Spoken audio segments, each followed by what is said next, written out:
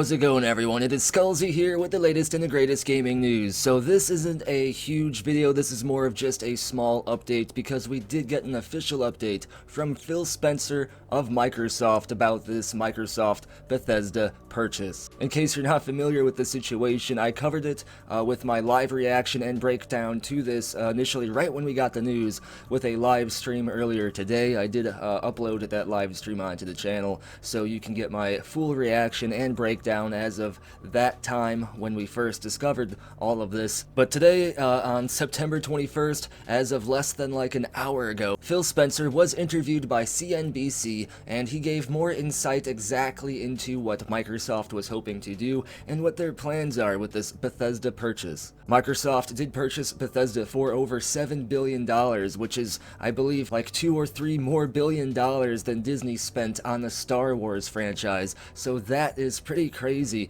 and I'll give you my up-to-date and full breakdown and thoughts on this situation tomorrow at 12 p.m. Eastern Time. I'm gonna do more research, and I kinda have the feeling that more information about this is going to keep arising and popping up, so tomorrow I will give you my up-to-date thoughts on everything that exists regarding this situation as of tomorrow by the time that the video is uploaded. But now I'm gonna go ahead and play the entire CNBC clip for you regarding Phil Spencer talking about Bethesda. He definitely goes into a bit more information here, and it's definitely worth your watch. It's only a few minutes. But now I'm gonna go away now so you can watch that clip. As always, thank you for watching, and be sure to tune in tomorrow when I break down this entire situation and all of this craziness. I first want to ask about this. How will these ZeniMax assets help you with this latest Xbox launch, your Game Pass momentum, and xCloud? Yeah, I mean, gamers love great games. You just mentioned we've got the Xbox consoles going on pre-order tomorrow for the next generation. Just last week, we added Game Pass cloud streaming so people can play this Game Pass library across all of their phones, the Android phones out there. And then obviously Game Pass, which is the largest game content subscription out there, 15 million subscribers and growing.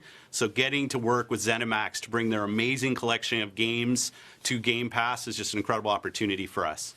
Now, financially, when will this be accretive? Are you making cuts to this company as you acquire it, or are you going to leave it alone?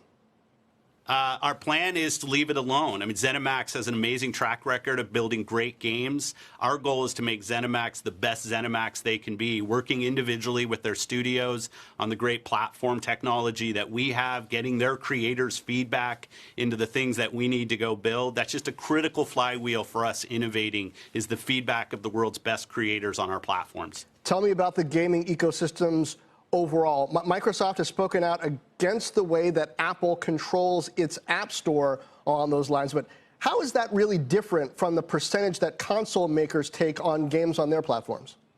When you get large-scale general compute platforms like mobile phones, people should have access to the great content and services that are out there, and we remain committed to that. There are over 3 billion people who play video games today. Many of them play on phones, and we're committed to bringing Game Pass to all mobile phones out there, including Apple phones. We'll continue the conversations, and I'm sure we'll be able to get to some resolution. Yeah, I'm not sure that gets to the core issue of how it's different, though. What is the core issue? I mean, 30% take? Is it how they're trying to command the way you do games in the cloud that also work through the App Store? Our biggest issue isn't a financial issue. Our biggest issue is that cloud game streaming apps are actually not allowed in the way that Game Pass is built for other platforms. So for us, this is about gamers having great access to the content from the creators they love on the devices they own. Play the games that you want with the community that you want to play on the devices that you have. That's our goal. So Phil, on that note, then, how will this affect the launch of future games? I know that ZeniMax was developing one for PS5 exclusively. Does that stay intact, or is that going to change after this deal? Yeah, the commitments we've already made with the gamers out there on the games that people know about, we will continue with those commitments. The thing this is really about is a huge investment in our Xbox community. They know that the great games coming from ZeniMax and all of those studios, we're now at over 23 studios inside of Xbox, those games will be able to come to the Xbox community, they'll come to Game Pass day and date, and people will have just an amazing collection of great games to continue to play on Xbox. Xbox Series X launch. I think pre-orders open tomorrow morning. You're not going to have Halo Infinite for that. How has COVID affected game availability, and how's that going to affect your marketing and your expectations around the console launch?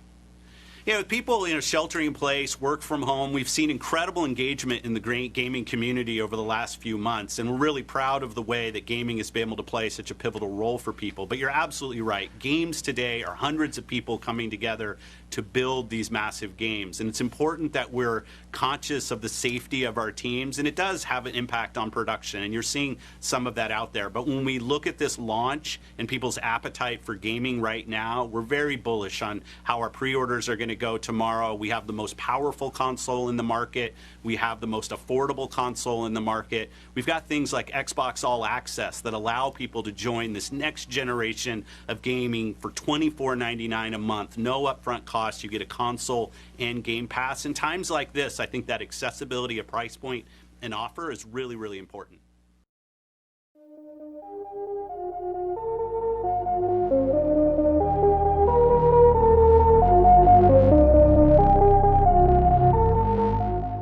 It just works.